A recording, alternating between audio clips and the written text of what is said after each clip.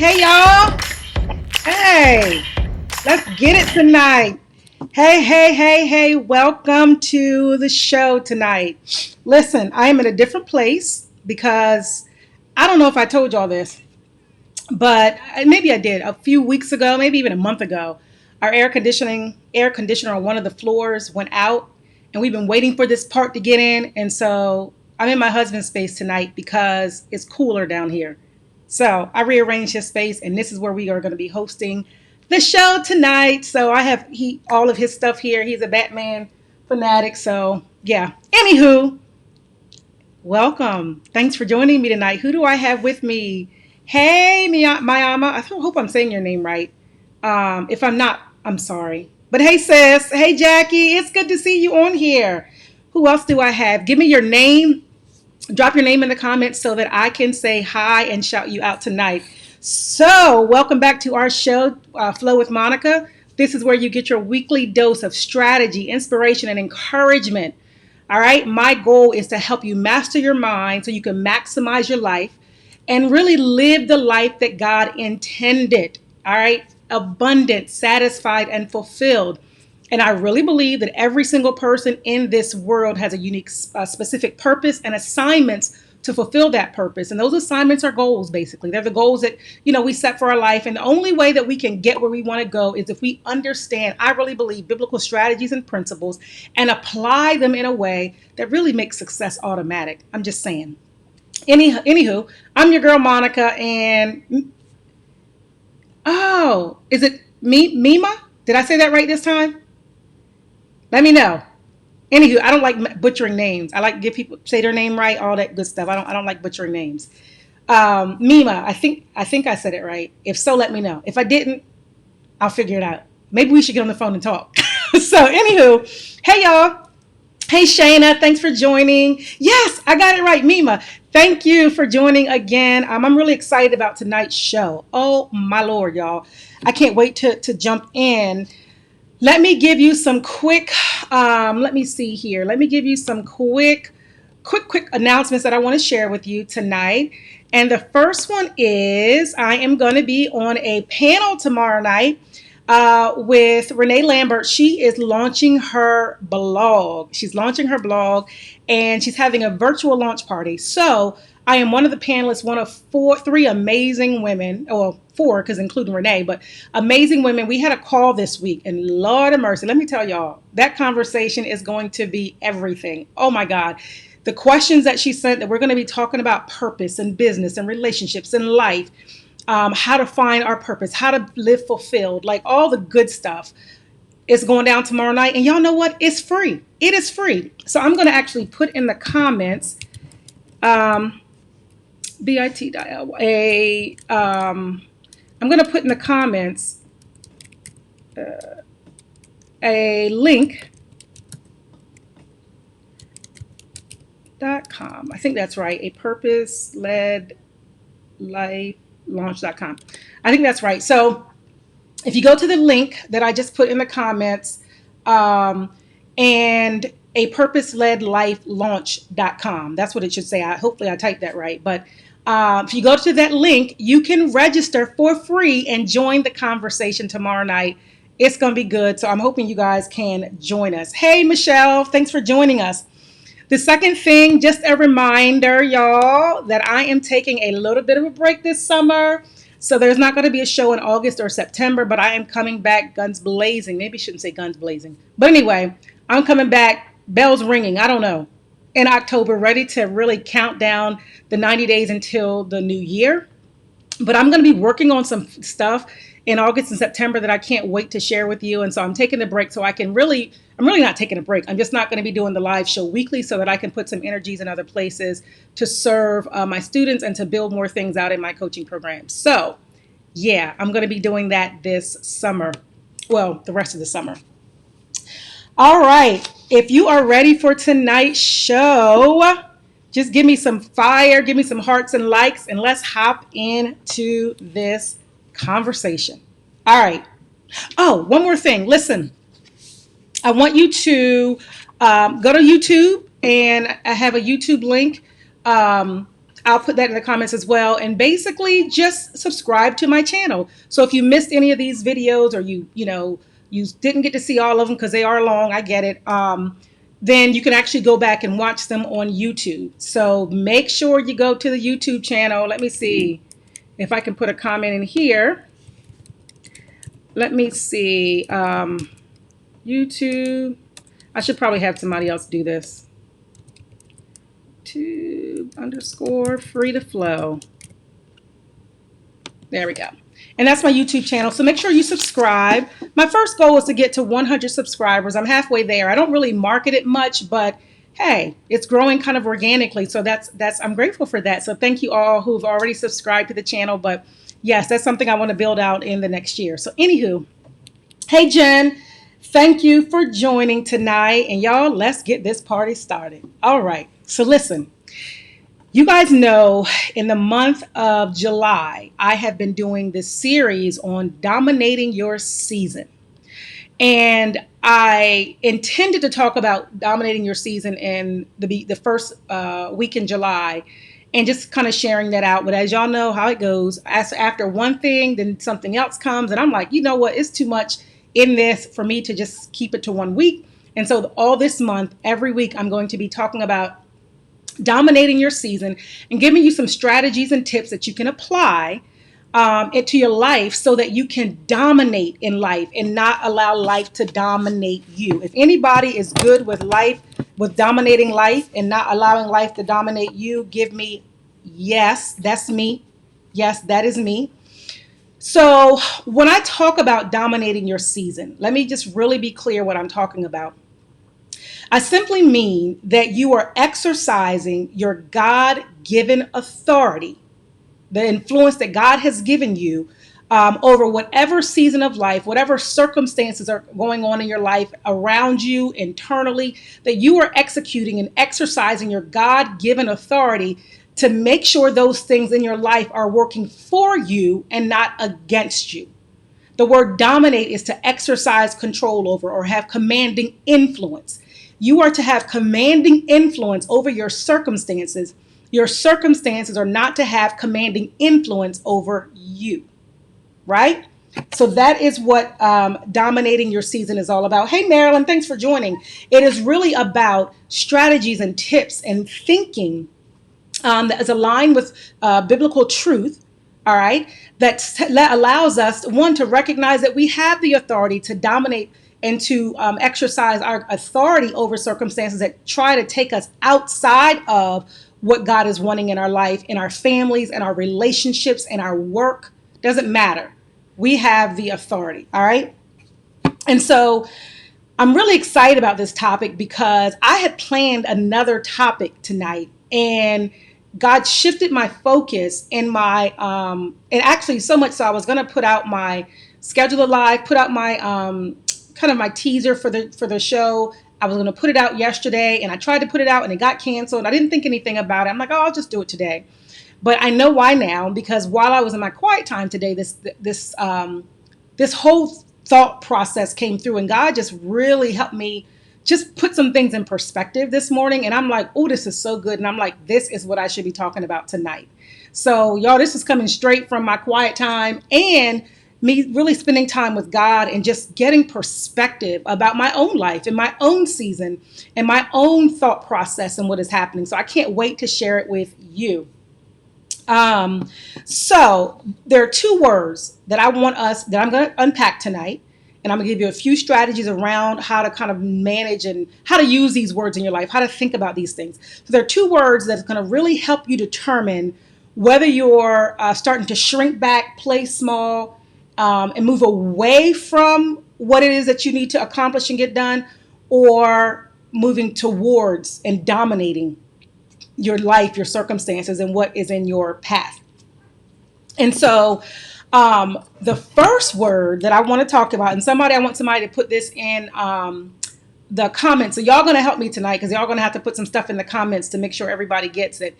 The first word that I want to talk about is the word preoccupied. All right. When I use this, so the word preoccupied, it's an adjective. It's a descriptor. It's modifying something. It's describing something, right? And what I'm talking about is describing our life, right? Our thought process, the way that we're executing and living, preoccupied. All right. And so, what this word means is that you're engrossed in thought, right? You're really engrossed in thought. You're distracted. You're unable to concentrate because your mind is preoccupied. Now, what I found interesting about this word is that the word preoccupied means to seize beforehand. It means to seize beforehand. So if somebody can put the word preoccupied in the comments, drop that in for me. Um, so it means to seize beforehand. All right, now hold on to that word. The second word that will really help you kind of identify what's happening in your life is occupied. Is occupied, right? The word occupied, same thing, it's an adjective, it describes something. It is being used by someone, is occupied, right? It's being used by someone, or busy or active. To be occupied is to be busy, to be active, or to be used by someone. Some definitions say to be engaged, or, to be engaged in something or reserved use for. Occupied, this is occupied. And so the Latin word for occupied is seize. That makes sense, right? To preoccupy is to seize, beforehand, and occupy means to seize, simply means to seize or to take hold of. Listen, y'all, I was reading Psalm 132. I'm going to get into that. But oh my God, when I was writing and journaling this morning and talking to the Lord, like these two words came out. And so as I was writing these words and really talking to God about these words, what really made me look at it was I was looking at this Psalm of David. I'm not sure David wrote this Psalm, but it was a Psalm of David. And this particular Psalm, I was really impressed with the way that David's mind was occupied with his purpose. And we'll talk about that in a second. And so these two words, to be preoccupied, and in the context that I'm talking about it, I'm talking about to be distracted, to be worried about things or be concerned about things seizing or taking a hold of you beforehand, before you even get your feet on the ground, before you even, get your day started, that something is already seizing your day. It's already preoccupying you. Something you saw on social media, something, with your kids or something with your spouse or with the dog or whatever, is preoccupying you before you can actually be occupied, meaning busy or active or engaged in things that God is saying, I want you to be engaged or occupied with. All right. So what I want to share with you is that, I didn't do my question of the day. I had this question and you guys can still answer it. My question was going to be, has anybody ever told you you were a worrier? Right? Or that have you ever struggled with worrying a lot, like worrying about things? If so, give me in the comments. Yep, that's me. Raise your hand and comment. If you ever kind of been someone who used to worry, either a recoverer or somebody who's working through it, or if other people say that about you, let me drop that in the comment. And if that's you, what you realize is that worry and concern about things, especially things you can't do anything about, is really a preoccupation with things that are often out of your control. There's a preoccupation with these things. Mima says yes. There's a preoccupation. You're unable to concentrate. You're unable to stay focused, to have tunnel vision. You're unable to stay focused because your mind is already seized, right? Something has already taken a hold of your mind and you're not able to execute. So let me stop here. Oh, I'm a worrier and I'm a fixer. All right, good, Jack. Not good, but we're going to talk about that. Mima's in recovery. Yes, sis, you are in recovery. We've all been there. So here's what I want to share with you.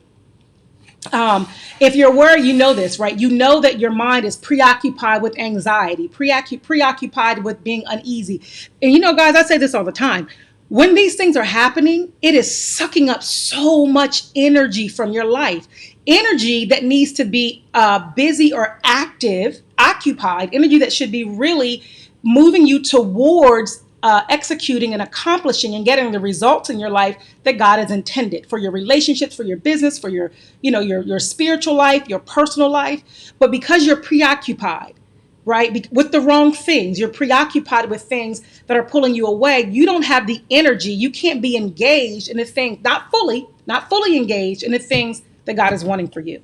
And what I want to see for you, and why I'm doing this whole series on dominating your season, is because I want you to identify where you're being preoccupied, stop the cycle, break free, and then put your energies in the right place. Put your energies in the right place. All right. So let's get to the first point. Here's my first point. Oh, I'm excited, y'all. I'm excited. Here's my first point. If you want to dominate your season, don't get distracted or preoccupied by the process or the preparation that God is taking you through, that you never move into position when it's time. I'm going to pause there for a second. I want you to let that thing sink in. All right? I want you to make sure that you do not get distracted or preoccupied, unable to concentrate on what you should, because you're so preoccupied, you're so concentrated on the process of the preparation, the things that you're going through, that you miss when it's time to shift into the position that God has for you. Yeah. And listen, this isn't like, it's not new to us. This has been happening since biblical days. And I'm going to prove it to you, because if you look at the story, there's a story in the Bible in Luke chapter 10, where you'll see this story about these two sisters named Mary and Martha. Some of you guys who grew up in the church or been in and around the Bible or studied the Bible, you kind of already, you may know this story. But for those who don't, I'm just going to give you the little cliff notes. So Mary and Martha are two sisters. All right, Mary and Martha are two sisters, and they have Jesus come to their house, and Jesus is hanging out with them. So Martha is really busy about the details and getting prepared for Jesus to come, the process of the preparation, things that need to happen so that she can then, have Jesus come into her home. All right. And here's what God said, the Lord said to her. It says, He said to her, my dear Martha, you are worried and upset over all these details, sis. I mean, he may not have said sis, but basically, you are worried and upset about all of these details. There is only one thing, hear me, one thing worth being concerned about, and Mary has discovered it, and that will not be taken away from her. In other words, you are being preoccupied. You are not able to concentrate on what's important because you're so focused on preparation that now that I've shown up, you've missed the shift. You've missed the shift. Some of you are so in this preparation mode or this process mode that you never shift into what God is asking you to do. You're always preparing for it. You feel like you're always going through something. You feel like, it's never going to end. And here's the thing I want you to understand. You can't get preoccupied. Your focus is not on the circumstance. The focus has to be on the goal. It doesn't mean that you're not present in the circumstance. You should be present in the preparation process, because in that process, God is doing some things in you and you want to be engaged in that, but you don't want to be so focused on it that you never get your stuff done. I'm just saying. And that's what Martha did. Martha never was, she didn't realize that it's time to shift. All right, we've been in her preparation mode. We've been behind the scenes, working on the process, working on the website, working on, something in our relationship. It's no longer time to talk about all that stuff over and over and over again. It's time to shift and execute. It's time to take your relationship to the next level. It's time to execute in your business. It's time to get the next, work towards the next promotion in your job. You're not in preparation for the same thing forever. You should be being prepared. You're going to be in preparation and in process until Jesus comes, for real. However, it should be in different seasons and different things in your life. It should not be the same thing over and over and over again. Now, here's the deal. Get this, guys. You might not like this, but I'm going to go and I'm going to be honest with y'all. I tell the truth, right? Listen. So you can tell if preparation or the process God is taking you through is becoming an idol in your life. Now, seriously, that sounds crazy, right? Because usually the process that we're going through in preparation, God has us going through for whatever it is He's leading us to or asking us to do, usually it's involves some painful scenarios and in painful situations or things that are not that we don't usually want to go through, right? So why would I say to be careful not to make your process and your preparation an idol? Because here's what happens. We get so used to the process and the preparation that it becomes comfortable. And in that comfortable place, hear me, we talk about getting it done, but we never execute on it. We talk a really, really good game, but we never do anything. Well, God is teaching me. He's showing me. I don't have clarity yet.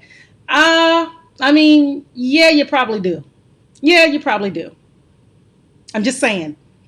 And here's how you know if you fall into this category. Hey, listen, we live. We're virtual. Can't nobody see you? Raise your hand if you want to. Nobody's going to see it. I'm not going to see it.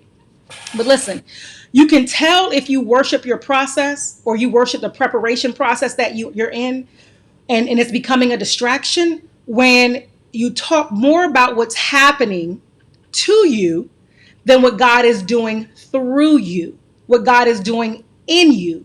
If you are elevating your circumstances and not elevating God in the circumstance, you are probably worshiping your process, worshiping preparation. It might sound crazy, but the reality is there's something about how we've endured, or we think we've went through something that we can like hold it up as a badge of honor. That's what basically Martha was doing. Look at me preparing. Look at me doing all the stuff that needs to get done. Look at me being engaged over here and working so hard. And she's just sitting over there, sitting at your feet. Yeah. So you're worshiping all the work that needs to get done. Oh, I'm getting it. I'm getting it. I'm getting it. While somebody else is over here like, no, I'm not doing all that. And let me tell you how I know. I used to have people tell me that I just, I don't execute enough. And there's some truth to that in the sense that I'm a thinker and I think a lot. I'm a strategic person. So I'm often thinking. And sometimes I need to just pull the trigger. But I'm not talking about that. What I'm talking about is where my philosophy is 80% time with God and 20% execution. I'm going to put the brunt of my energy where Mary is, because it's at the feet of God that I'm going to get instruction for what I need to do in business, in relationship, in life, in finances. It's not by doing a whole bunch of stuff and being distracted that I'm getting insight. So you are probably being distracted by the process and preoccupied with your process if you are, again, elevating the circumstance and not elevating what God is doing in you or through you because of the circumstance. Here's another way you can tell if you're worshiping your process is if it's time to shift, and I've been here, y'all. I've been here. It's time to shift and you feel uncomfortable or you feel scared about this shift. Now, I know you're going to be like, well, fear is natural. Fear happens, and it is. But here's what I realized. What I'm talking about is when it's time to shift, there's a natural feeling of, wow, this is new. What I'm talking about is, I'm not sure if an apprehension. Thank you, Holy Spirit. There's an apprehension of moving because you don't know what to do in this place where there's not suffering or hardship or challenges. Because you're so used to this, you've become comfortable in it. You become comfortable walking around this mountain for 41 years that going into the promised land, I'm not quite sure I can do that, because what am I going to do when I get there? What happened is you got preoccupied in the process, in the preparation for the position God was developing you for. You got so focused on it that you missed your shift. Thank God for grace, because you know what he did? He interrupted Martha's thought process and said, hey, Martha, Martha, Martha, you're worried about too much. I need you to shift into position. Mary, and here's what he said, Mary she's focusing on the right thing. And guess what? It won't be taken from her. Listen to me, y'all. I want you to get this. You got to get this. When you spend time in position at Christ's feet to get instruction, direction, it will never be taken from you. All that preparation, all that stuff you're doing without seeking first and without really focusing your energies and being occupied with Christ talking to you, all that stuff can waste away, because some of it might be good and some of it might not be. But let me tell you, if you want to save a lot of time, a lot of energy, a lot of money, heartache, and headaches, sit at his feet longer than you're trying to get everything done. You hear me? Y'all got that? Oh, I didn't bring my water downstairs, y'all. Anywho. And so, again, the first point, don't become so preoccupied with the process or preparation in your life that you never shift. All right, let me ask you this question. All right, when you're thinking about the thing God is asking you to do right now in your life, right? Do you feel like you're more in the Martha zone or the Mary zone? Or you somewhere like a little bit of both, or depending what you're talking about? It depends on what area of life you're talking about. So think about what God is asking you to do in this season. Are you more in the Martha zone, or you're preparing, you're so focused on this preparation, or you're going through a season of preparation and you're so focused on the hardships and the struggles that it's hard for you to see beyond it? Or are you like Mary? You're like, yeah, we got to prepare. I know you're processing me. It's nothing wrong with preparation and process. We need it. It's necessary, but it is not the thing that we should be idolizing and lifting up. Are you like Mary and sitting at his feet being like, yo, what you got to say about this? What do you have to say? Can we enjoy what you're preparing in my heart, in my life, for people that I'm serving, right? So tell me, give me a hashtag Martha or Mary. Tell me who you are. Okay. Point number 2. If you want to dominate your season, you gotta get tunnel vision and see beyond the season. Jacqueline says, I'm slowing down and starting to enjoy. I'm glad. Point 2, if you want to dominate your season, get tunnel vision, and I want you to see beyond the season, the preparation that you're in, the process, the suffering, the hardship, whatever's going on. I want you to get tunnel vision, okay? Which means like you got blinders on. You can only see, right, what's right ahead of you, because to the left and to the right, the tunnel has blocked your vision from everything else. And so, this is one of my favorite passages. Get this, y'all. Get this. It's like an anchor verse for me. So it's Hebrews 12, 1 through 3. This is one of my anchor verses. Here's what it says. Therefore, since we are surrounded by such a huge crowd of witnesses to the life of faith, let us strip off every weight that slows us down, especially the sin that easily trips us up, and let us run with endurance the race that God has set before us. We do this by keeping our eyes on Jesus, right? The champion who initiates and perfects our faith. Because of the joy awaiting him, he endured the cross. Again, because of the joy that was awaiting him, he endured the cross, disregarding its shame. Now he is seated in the place of honor beside God's throne. Think of all the hostility he endured from sinful people. Then you won't become weary and give up. Yes, Hebrews 12, 1 through 3. Anchor verse. And let me tell you why.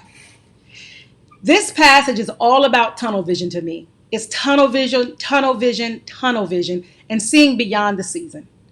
Jesus was on earth for 33 years. His ministry started at age 30 and he was crucified at age 33. He went through pure hell in 3 years. But his tunnel vision was the joy set before him. His tunnel vision was me.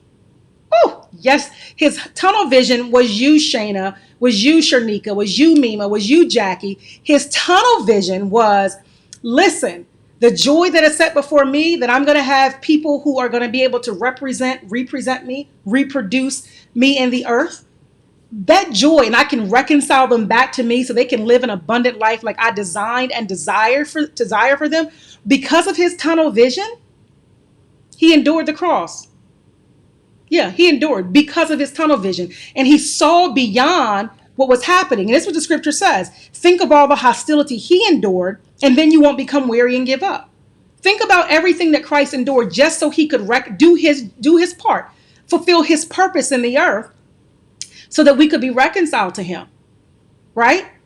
And so what's important about this is when you are preoccupied, right, distracted, focused on other things, filled with other things outside of your purpose, when you are preoccupied with those things, this is when you are running in somebody else's lane, right? When you are occupied, right, the word occupied, to be busy, to be active, to be used by something. And in our situation, we're talking about being used by God, right? When you're being used by God, being occupied for God, when you are looking at the race he set before you, listen to me, you don't have time to be on social media, scrolling by everybody's life and finding out what they're doing or not doing, and comparing yourself to them because you're trying to be the next whatever, the next influencer, the next online sensation, whatever that thing might be. When you are occupied, busy, active, being used by God for the race he set before you, I said this last week or a couple weeks ago, it disciplines your decisions. It disciplines your decisions. You're not looking at other people's power couple lifestyles. Nothing wrong with having role models. Nothing wrong with that. Role models and people that you can look up to and imitate as they imitate Christ, right? Nothing wrong with that. But if you are occupied with the race like Christ was occupied with his purpose, let me tell you, you can endure almost anything. Well, actually, you can endure anything. You really can. Because the joy that is set before you, in other words, what is greater, that is coming beyond what you can see, that is what your focus is on. Your focus is not simply on what you're going through. What happened in my childhood, what happened when I was growing up, what my mama didn't do, what my daddy didn't do. It's because listen, cut it out. Listen, everybody's got a story. Everybody's got a history. Everybody's got stuff they got to deal with. But your assignment in this earth, the goals God has given you, does not change because something happened to you in your childhood. I've had things happen to me in my life. It does not change God's assignment. And it doesn't change the fact that I have to run this race with focus. And I want you guys to do it, because when you show up and you are focused on what God has called you to do, we are all better off. I'm better off when you're fulfilling your purpose. You're better off when I'm fulfilling my purpose. Right? I'm telling you, y'all, I'm excited about this. Y'all told y'all I was excited about this. Y'all know my quiet time this morning was lit. I'm trying to tell you, it was amazing. And so here's why you don't live vicariously through somebody else's life, right? Here's why you can really focus, or here's how you can do this. Because the truth is, if you read this passage again, you're too busy stripping off stuff trying to weigh you down. You don't have time to pick up stuff that's gonna add more weight to you. And the truth of the matter is, scrolling all day on social media or watching and I'm not knocking your shows, but listen, some stuff is just garbage. It is. It's not promoting or producing right thinking. Right, it's not even helping you think differently about what God is wanting you to do. It's not healthy. It's just not even a healthy way to spend your time. I'm not telling you how to spend it, but let's be real about it. You don't want to be adding weight to what you're stripping off. You're stripping off some stuff and adding weight for something else. Listen, don't watch your eyes. Watch what you listen to, because that can add weight in the pressure. And you're trying to run this race that God has given you, and you carrying 100 pounds of weights on your back. I'm just saying. And here's the deal. When you are occupied, busy, and active with God using you, you stay in your lane. Yeah, I had to learn this, y'all. You stay in your lane. You stay in your lane. It's yours. And when you're in your lane, you're not bumping into everybody else and talking about what they're doing and what they're not doing. And honey, I can't believe it. If you got a lot of gossiping going on, you don't have tunnel vision. There is nothing that is set before you that is great enough to keep you from talking about other people. There is nothing set before you. There's not a joy or a vision that is set before you that's great enough to keep you focused, to get you out of bed in the morning, to get up with purpose and intention and do what you got to do. You've got to get a vision that is inspired by God so that you can run the race that he set before you. Right?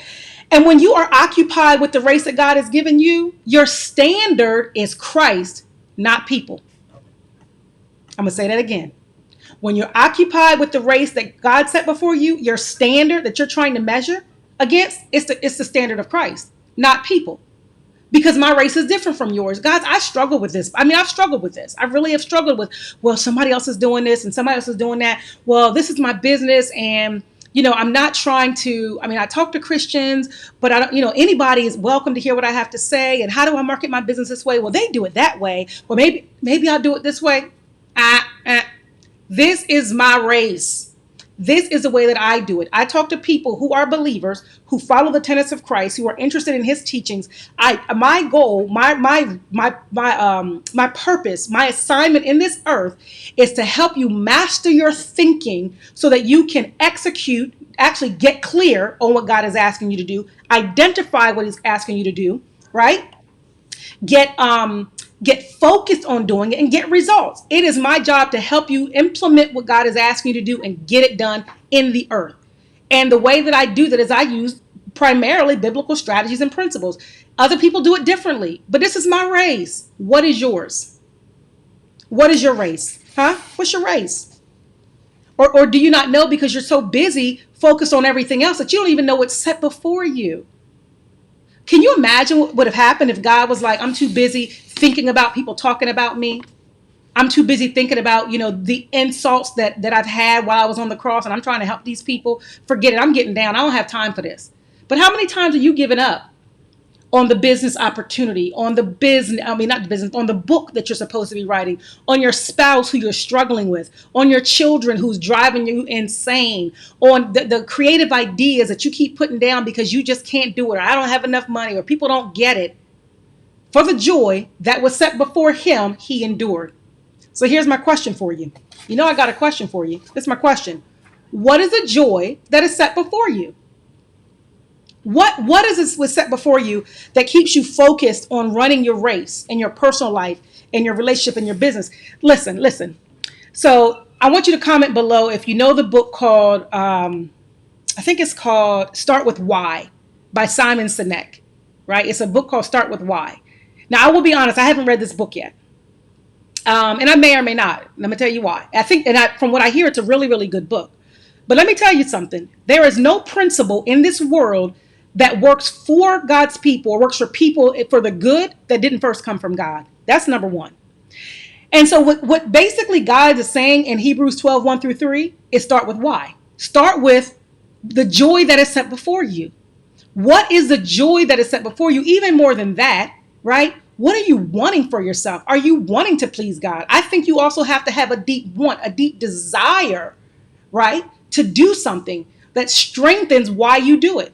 Before I can just say, oh, I want to do it for my kids. I want, why are you doing it for my kids? No, there's got to be something deeper in me beyond this world that is strengthening my resolve to go forward.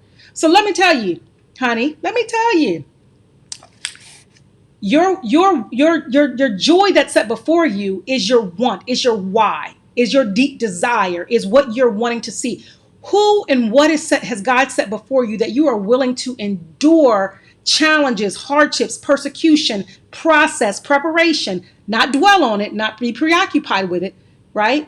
But you're willing to endure it and not give up. So the people that you are called to can get the benefit of you. I'm just saying. Y'all, I'm feeling good about this thing because this was for me this morning. And I'm telling you, I love y'all because y'all let me come over here every week and tell y'all this stuff. And I just need somebody to share this with because I was like, oh, Jesus, this is changing my life. And I wanted to change your life. Oh, anywho, I got one more point. And then it's a good one too. And this is where the scripture I was in my quiet time. One more point, and then I'm going to be getting off of here. So let me read a couple of these comments. My sis Goia is on. Y'all, I love this chick beyond I can't even tell you. I love this girl right here. Anyway, Goia says, I don't have time to be carrying no unhealthy weight. No, you don't. And listen, I don't care, what, and this is the thing you got to understand. I don't care what people think you should or should not be doing. I don't live in should, could, and would land. I don't live there. I don't live in would land, should land, or could land. I don't live there. I live in what I'm wanting. What am I wanting? What is my desire? Not what you think for me, but what is God wanting for me? What is my heart's desire? What is important to me? That's where I'm living. Heather says, you feel less than when you look at somebody else's journey when it's not meant for you. Absolutely. You are, that's a whole nother, Heather, that's a whole nother conversation, sis. Whole nother conversation, but you do. You basically tell God like, hey, this isn't enough over here. But I'm telling you, when you get tunnel vision and you focus on your race, man, you start to see, and I'm going to show it in this last point. Oh, I'm excited about it. You start to see the provision God already had for you. Oh yeah. It's already there. Let me prove it to you. So here's my last point. All right. My last point. If you want to dominate your season, occupy your thoughts with serving God's purposes, not your own. Now, here's the deal. All right. And I know there's a tendency in our culture to be self-serving. How does it make me feel? How is it going to benefit me? But here's what I've come to understand as I've grown in my faith. There is nothing that God is asking me to do that is not just going to benefit me, but it's always going to benefit other people. Now, here's what's interesting about it. When I focus on serving myself and what I want and what is important to me, I often miss out on giving people my best. I really do, because I don't know. God is divine. There's something about, I'm excited. There's something about serving a divine God who created you and knows everything about you, how you're wired, what you think, the complexities of you, and then laying it out, revealing all that to you over time for you to then live out a life that you get to enjoy. Why would you want to try to figure this thing out on your own anyway? I'm just saying, save the time. So here's a point, right? We're going to dominate your season, occupy your thoughts, serving God's purposes, not your own. Sounds really simple. But let me tell you this thing right here, y'all. Blew my mind this morning. Blew my mind. I was reading Psalms 132 and several Psalms, but this one just stood out to me. I'm going to read it, verses 1-5. It says, Lord, remember David and all that he suffered. He made a solemn promise to the Lord. Listen to this. He vowed to the mighty one of Israel. This is powerful. I will not go home. I will not let myself rest. I will not let my eyes sleep, nor close my eyelids in slumber until I find a place to build a house for the Lord, a sanctuary for the mighty one of Israel. Woo! Yes! Just drop the mic right there. Did y'all hear that? Did you hear that? This man is like, I'm not going to go home. I'm not going to sleep. My eyelids going to have clothespins, keeping them open. They didn't really say that, but that's my interpretation. And I am not going to find a place to sleep until I find a house for my Lord, right? Now, clearly, he's probably using imagery, I'm thinking. But here's what David's saying. I am so occupied. Y'all, I'm getting excited. I'm so occupied. I am so busy and active serving God that there is nothing in my life. I will even forego my own comforts to make sure the God who created me, the God who loves me, the God who gave me a purpose to fulfill, the God who wants to see the best for me and the best for the people that I love, I will not sleep, slumber, nothing. My whole life's purpose is to find a place for God to be worshiped. Yes, somebody dropped the mic again. Y'all, I'm really excited. If you could see my legs under this table. Let me tell you why this is so important. Because David was so occupied with serving God, and y'all know David's story, right? And if you don't know it, I'm gonna tell you a little bit of it. He was hunted for like 15 to 20 years. He was pretty much a fugitive on the run because the king was trying to kill him. He was hunted and he had several attempted murders, several murder attempts on his life. He was betrayed. Now, he did his stuff too. We talk about his suffering now, but he was betrayed. You name it. He went through some ugly stuff, right? But here's the thing. All the enemies that David had, and he had many, get this, he was occupied with serving God's purposes, not preoccupied with what his enemies did. Now, if you read other Psalms, you will see David talk about his enemies. Oh my God, here's what they did to me. Go get them, serve justice and all that. He had a lot of moments where he was struggling with his own anxiety and fear and all of that stuff, right? But the majority of David's life was full of being occupied by fulfilling his purpose, serving the purposes that God called him for. Nobody else. He was called to find a place for God to worship. He was called to be the king of Israel. Now, here's why this is so important. Let me tell you why this blew my mind this morning. I was like, I should have brought my journal down here so I could read you exactly what I wrote, but I didn't. But anyway, here's what's really important about this. Let me pull it up here. If you look at this Psalm, again, Psalms 132 verses 1, I'll have it here. So 1-5. If you go down to verses 13 through 18, here's what it says. For the Lord has chosen Jerusalem. He has desired it for his home. This is my resting place forever, he said. I will live here, for this is a home I desired. If you go on and read, it talks about how the land's going to be prosperous, how his enemies are going to be, he's going to take care of the enemies, but basically it's going to be a great land, a great kingdom. Now, here's why this is important. Because when you're dominating your season and you are occupying your thoughts with what God is wanting for you, the purposes of God for your life, guess what? What David was desiring to do, God had already figured it out. God already knew Jerusalem was going to be the place. David just had to go. Him having tunnel vision allowed him to see the place. Here's why this is important, y'all. Let me tell you. When you're in a season of life that you want to dominate and you want to use your godly authority and influence over to make sure that things are going in a way that's going to push you towards fulfilling what God is having you to do, success becomes automatic. It's already built into it. Let me tell you why. Because God had already chosen where he wanted to be. Jerusalem was a place that he wanted David to build make his home. That was going to be the center city, if you will, for God. That was going to be the Mecca, the place that the temple was going to be built. It was already chosen. David didn't know that at some point, because he says here, I'm not going to go to sleep until I find the place. I'm not going to stop. But God revealed it to him. You know why God revealed it to him? Because he had tunnel vision, right? And his focus, his thought life was all about, God, how can I serve you? God, what can I do for you? What can I do for you today? What's going to work for you today? Because here's what he realized. What he would do for God was going to benefit him. Because this psalm also talks about the prosperity of the land. David's focus on serving God's purposes and not his selfish motives and desires allows him to have the success that he desires. Ooh, y'all, I'm telling you. Do you know how much work you can stop doing when you realize that the purposes that you get to serve are God's and just not your own, that it's bigger than you? You don't have to work so hard, figure so much stuff out. You ain't all ripping and running around the kitchen like Martha trying to put stuff together. You really can sit at his feet and hear.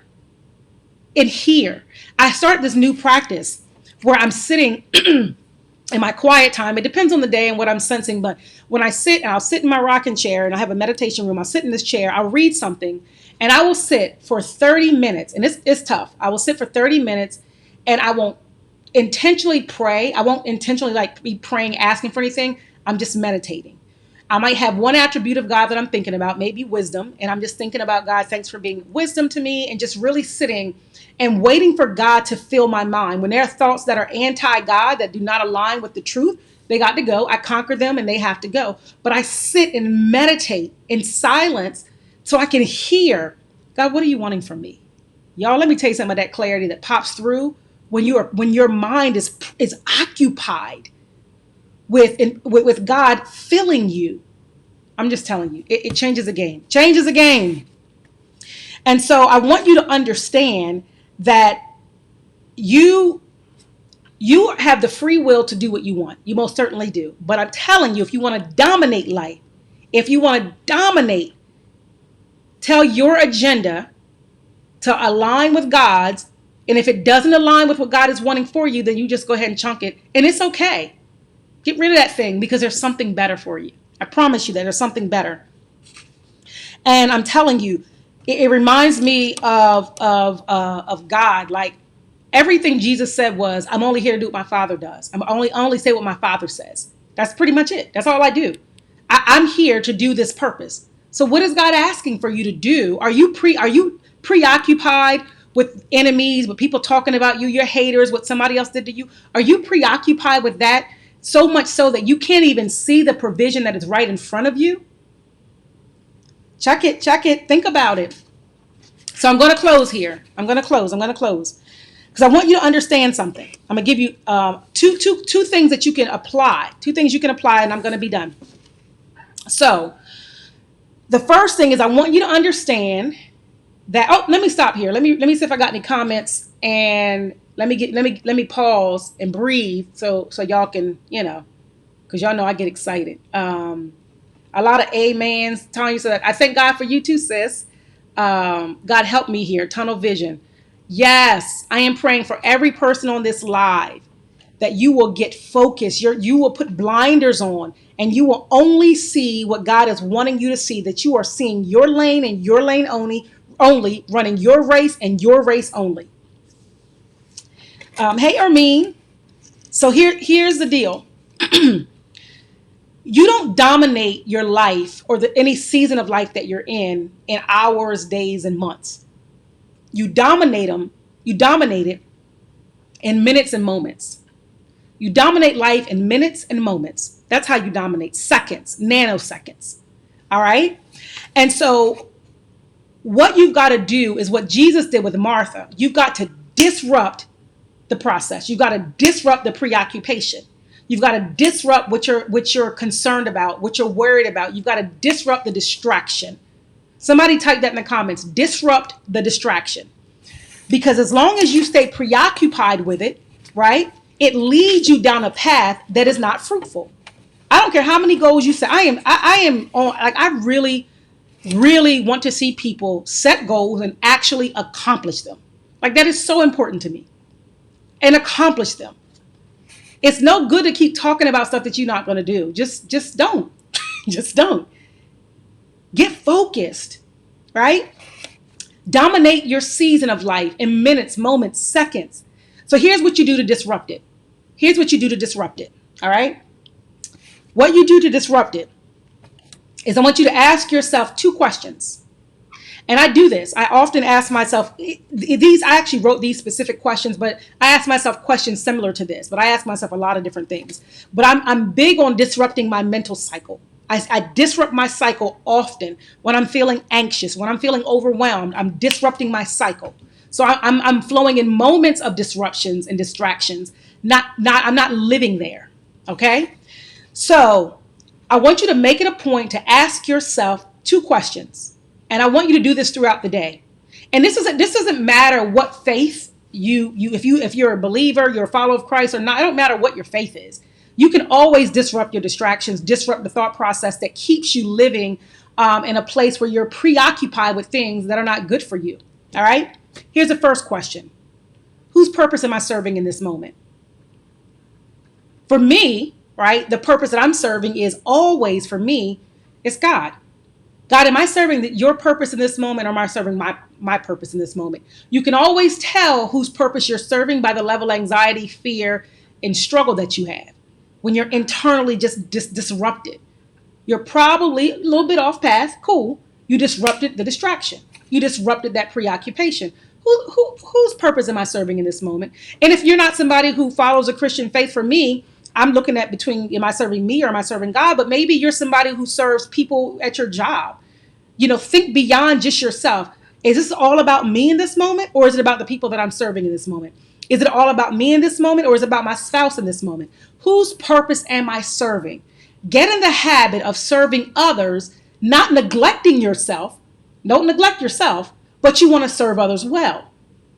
And so disrupt the distraction. For me, when I feel like I'm working on something for my business or for my coaching students or whatever, and I was getting anxious this week about some things, I had to step back and say, "Oh, this ain't mine. God, this belongs to you. Show me." And guess what he did? He showed me. Yeah, disrupt the distraction. The second question you want to ask yourself is, what do I want occupying my mind at this moment? What do I want occupying my mind at this moment? These are questions that you can ask. Let me tell you, they do wonders. It sounds really simple, but it works, right? What do I want occupying my mind at this moment? Let's say you're working on a project, because you know how it goes. If I got any entrepreneurs out there or business owners or people who have like new experiences, new jobs, you know how you get somewhere and you're like, oh my God, I'm not sure I can do this. I don't know if I'm good enough for this. What if nobody likes it? All of that stuff is occupying your mind. You're preoccupied with a whole bunch of nonsense. Okay. And you stop and say, wait a minute. What do I want occupying my mind at this moment? Because you do get to choose. We talked about that last week. You get to choose what you believe. So in that moment, I'm like, you know what? I want to occupy my mind with the thoughts that God, you who began this work, will complete it. Oh, yeah. Yeah. Oh, yeah. You see how I said it with some winning confidence? I said that with winning confidence, y'all, because I believe it. I want occupying my thoughts right now that you gave me the power and the desire to do what pleases you. I'm occupying my thoughts with that. I'm occupying my thoughts with Psalms 112:7 that says, I don't have to be afraid of bad news, that I can put my trust in you. I can occupy my thoughts with, you know what, God, you said those who put their hope in you would never be put to shame. I'm occupying my thoughts with that. Choose, ask yourself, what do I want to be, what do I want occupying my thoughts? And choose what you want to think about. Disrupt the cycle. And I'm telling you, if you do that repeatedly throughout the day, watch how your day shifts. Watch how much less anxiety, how much less fear, and how much more productive you will be. I'm telling you, telling you. Now, that's all I got for y'all tonight. I know it was a lot, but I always got a lot. So I hope this was helpful. And if there's any questions, comments, y'all know y'all can DM me. You can, Mima, thank you so much for putting the questions in the comments, in the comment box. So you guys can inbox me, DM me. If you look on my Facebook page, there's a book now button if you want to set up a one-on-one call to see how I might be able to serve you. Definitely do that. I'd love to have that conversation with you and see what a good fit is for you. If you're ready to go deeper and crush some goals, y'all, it's time to get to execute on some things that God is asking you to do. All right. Ermine says she wants to think about God. Absolutely. And so I think that's it. That's it, y'all. Thank you guys so much for joining me again for Flow with Monica. We will continue this conversation, dominating your season, for the next 2 weeks. I think there are 5 Thursdays in July. And so we have 2 more Dominate Your Season sessions. And y'all, it's going to be lit. It's going to be fire. And listen, by the time you get done watching these videos, and you know, I'll have a summer break, August, September, so you can go back and watch them. And there's not going to be any new lives for a couple months. So, you know, go back and watch them and get this, let this kind of truth and thinking dominate your thought process. Because y'all know I use the Bible. So they're principles that actually work. So again, thank you for joining me. I appreciate you. I love you all. And I will see you next week. As always, until next time, stay in your flow. Bye-bye. See you later.